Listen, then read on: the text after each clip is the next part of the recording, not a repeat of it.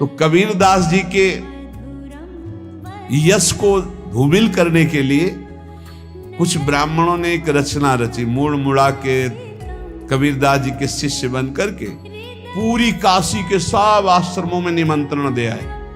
कल भंडारा है, संत सेवा है, सबने स्वीकार किया।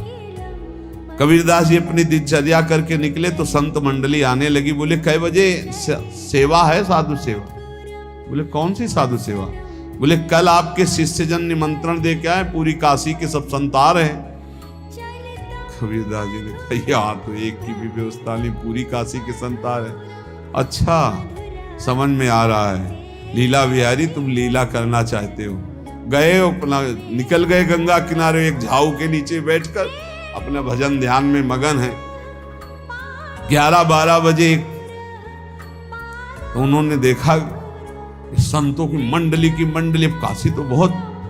कबीरदास जी ने देखा कि आश्रम के, तो बोले पता नहीं क्या होगा, चलो चलते हैं। तो ऐसे गमछा वस्त्र करके ऐसे डालकर मुंह ढक करके वहां बड़ी बड़ी पंगत लगी थी। कबीरदास जी सबको पाओ जी पाओ।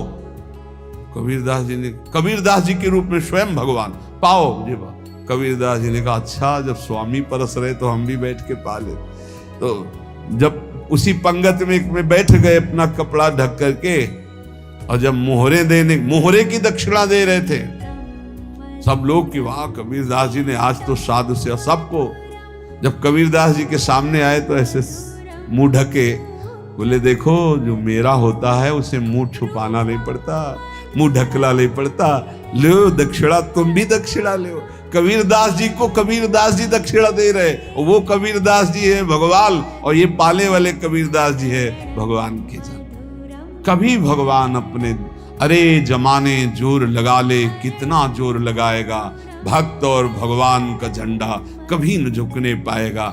बिल्कुल चिंता शोक भय उद्वेग रहित जीवन भगवत आश्रित, तुम भगवान के मंगल विधान में सदा सर्वदा प्रसन्न रहो। अब ये विचार कर लो कि भगवान जो करेंगे तुम्हारा मंगल करेंगे। अब थोड़ा ऐसा बीच में लगता है कि अमंगल हो रहा है क्या, लेकिन पक्का समझो बहुत बड़ा मंगल उनका विधान होता है।